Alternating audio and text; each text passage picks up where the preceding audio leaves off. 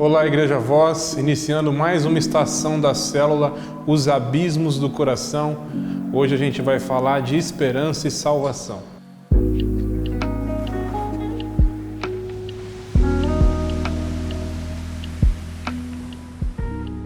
Estou muito feliz de estar aqui, é o último tema, a nossa última lição. Tenho certeza que você foi muito abençoado, tem sido muito abençoado, eu tenho sido muito abençoado.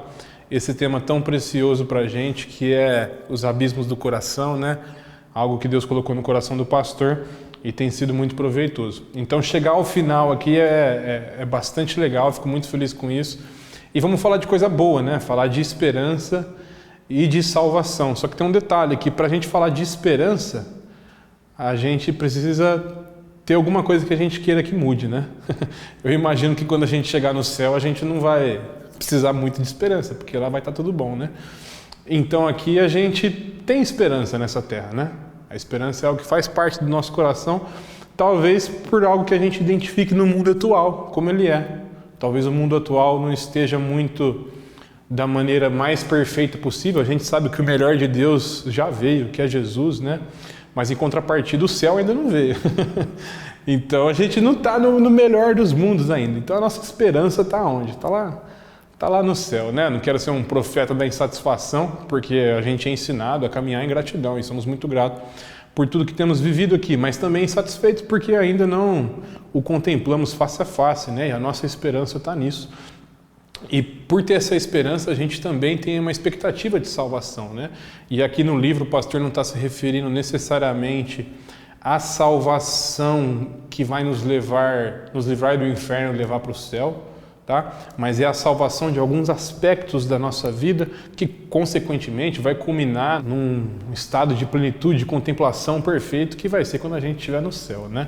Então vamos falar dessa salvação, da salvação que o profeta Jonas experimentou, da salvação que a gente pode experimentar, que nossa cidade pode experimentar, que as coisas ao nosso redor, que as pessoas ao nosso redor podem experimentar.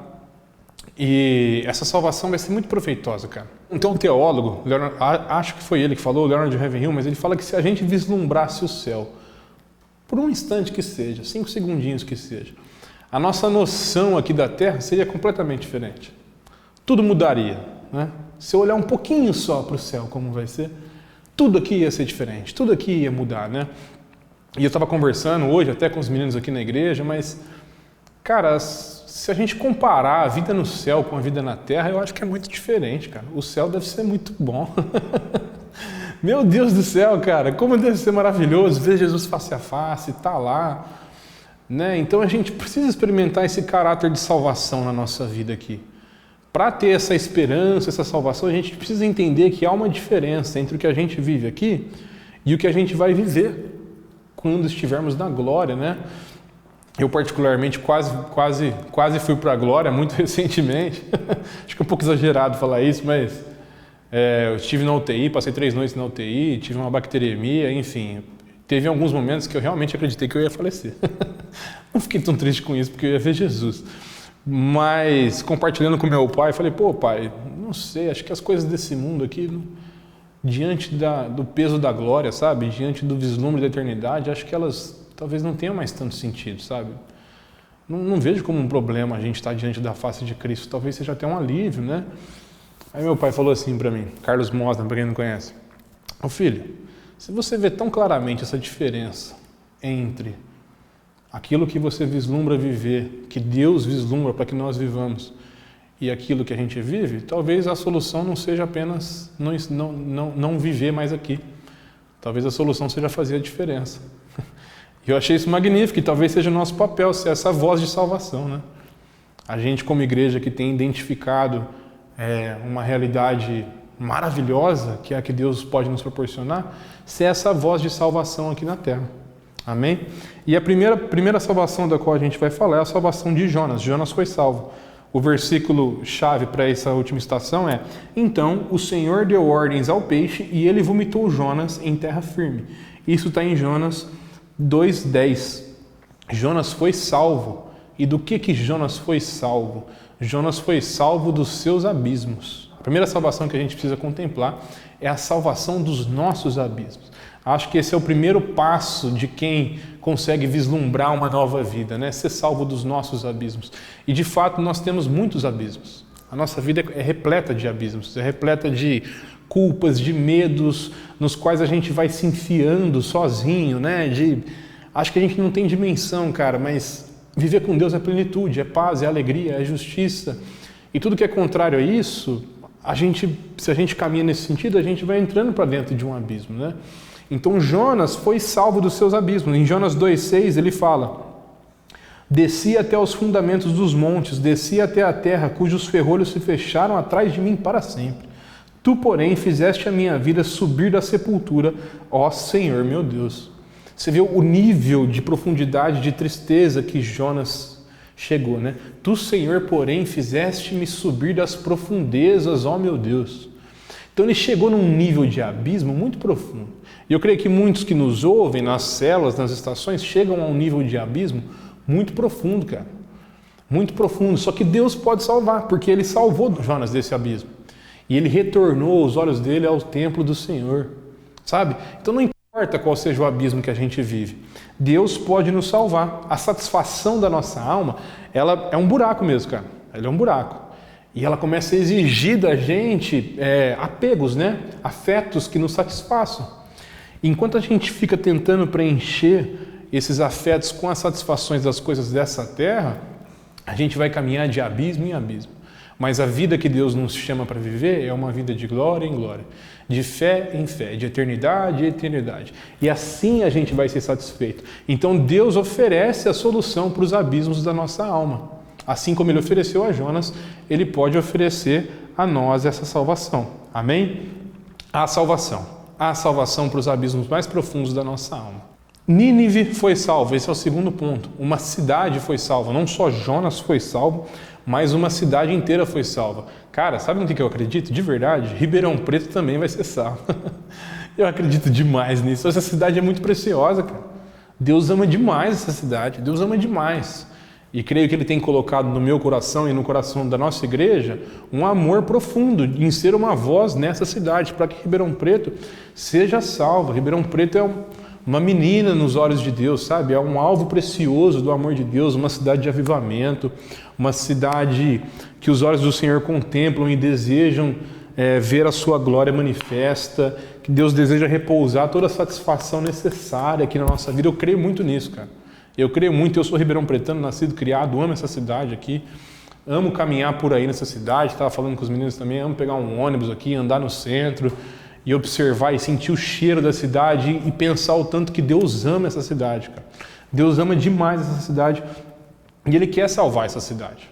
Esses dias eu tive a oportunidade de pregar no Pão da Vida, que é um ministério que a gente faz ali no centro de Ribeirão, entre o Mercadão e o CPC ali. Cara, ali é o miolo, ali é onde a cidade está no seu ápice, a maioria das pessoas passa por ali, né, todos os dias, enfim. E ali a gente pôde vislumbrar a esperança de salvação de Ribeirão Preto, a partir daquele mundo, né, de pessoas tão desprezadas, tão perdidas ali. Então Deus salvou Nínive. Olha o que Jonas 3:5-6 fala. Os ninivitas creram em Deus, proclamaram um jejum e vestiram roupa feita de pano de saco, desde o maior até o menor. Quando essa notícia chegou ao rei de Nínive, ele se levantou do seu trono, tirou seus trajes reais, cobriu-se de pano de saco e sentou sobre cinzas. Olha o que aconteceu com Nínive mediante uma voz que foi ministrada àquela cidade. E é isso que pode acontecer com Ribeirão Preto, mediante a voz que nós podemos ministrar a essa cidade. Assim como Nínive foi salva, o rei de Nínive convocou um arrependimento, assim também Ribeirão Preto pode ser salva, através da voz que a gente vai proclamar nessa cidade. Amém? E o terceiro ponto é que pessoas foram salvas. Quando a gente fala de uma cidade, a gente está falando de pessoas, né? A cidade para Deus novos céus, uma nova terra. No fim vai ser tudo uma coisa só, onde todos juntos viveremos, face a face o veremos, onde não haverá mais lágrimas, nem choro se ouvirá. Cara, vai ser maravilhoso. A cidade acho que não vai existir mais quando o mundo passar, mas as pessoas vão existir. As pessoas de Ribeirão Preto, as pessoas dessa cidade, todas elas vão existir. E elas que foram salvas em Nínive. Pessoas foram salvas em Nínive. Eu acho até legal aqui, cara, que o pastor Wilson, ele dá um exemplo do que são as pessoas serem salvas. E eu não poderia descrever melhor, por isso eu vou ler esse pequeno trecho.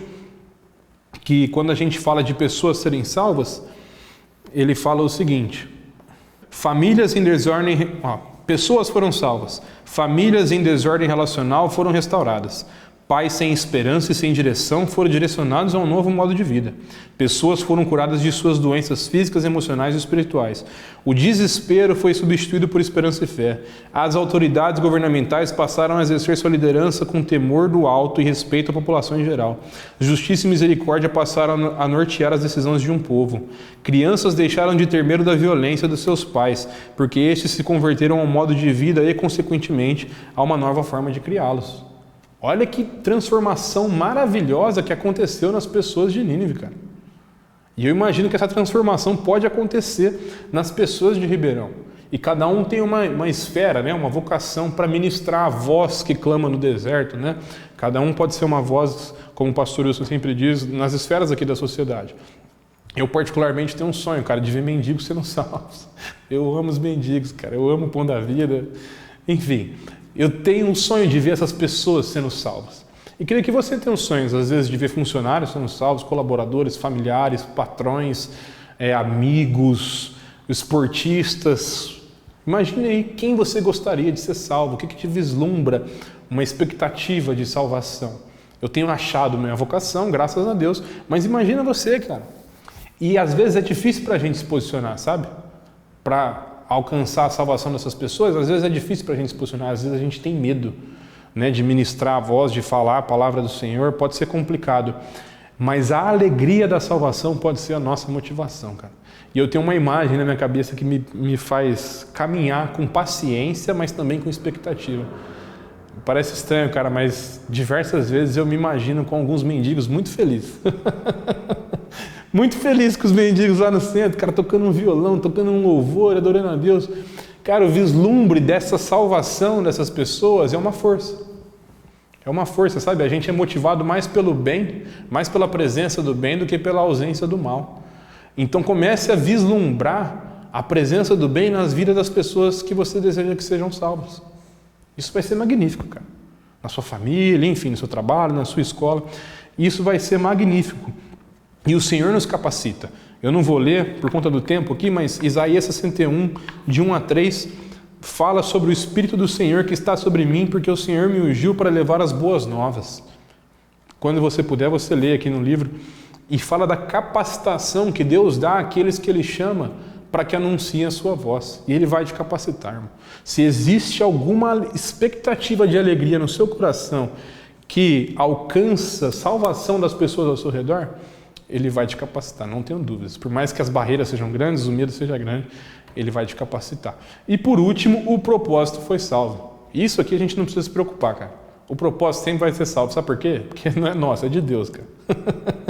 Eu não tenho condição nenhuma de atrapalhar os propósitos de Deus. Então, no fim, Ele vai ser salvo. Eu só peço para que Ele me deixe fazer parte disso, né? Fazer parte desse propósito dele. E você vê que o livro de Jonas termina com o silêncio do profeta. Por quê? Porque é Deus anunciando o seu propósito. A última palavra não é nossa. A última palavra é de Deus, cara. A última palavra é de Deus. Então, o propósito que Deus tinha para aquela circunstância específica foi salvo. Foi salvo, e graças a Deus que Jonas participou disso, né? E é muito bom a gente poder pautar a nossa expectativa e a nossa confiança nisso.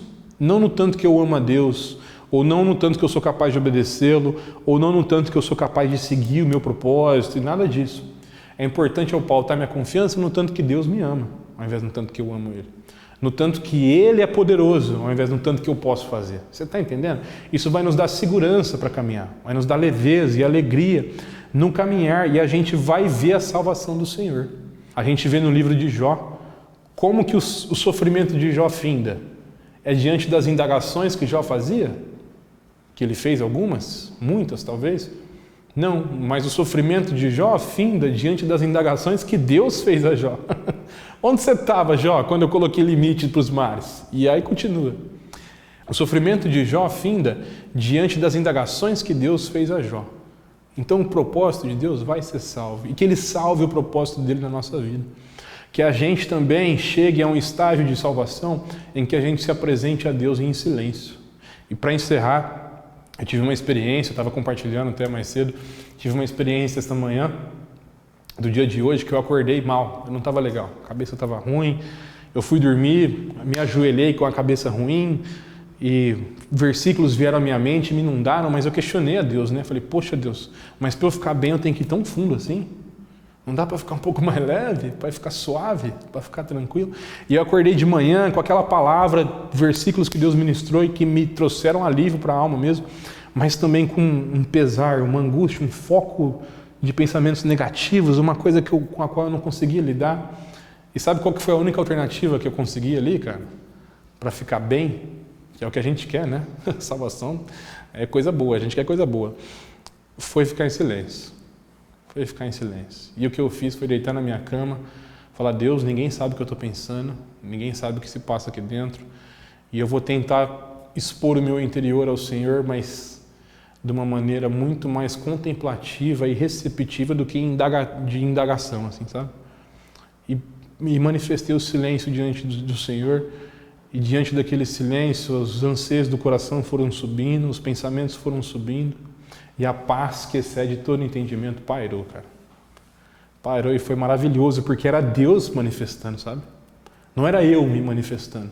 Eu estava me expondo, mas diante do nosso silêncio, o que resta é o que Deus manifesta. E assim Ele vai nos salvar dos nossos abismos, manifestando a paz que excede em todo entendimento, manifestando a salvação para a nossa alma, porque a última palavra é dele, e a última palavra dele para a nossa vida é palavra de salvação. Então eu desejo que você tenha desfrutado muito desse caminho que a gente percorreu até aqui, que você desfrute também dessa última estação. Fica aqui a sugestão para você fazer uma confraternização bem legal com o pessoal da sua célula, porque o Evangelho também é comunhão. E foi muito bom estar aqui. Deus te abençoe, uma boa célula.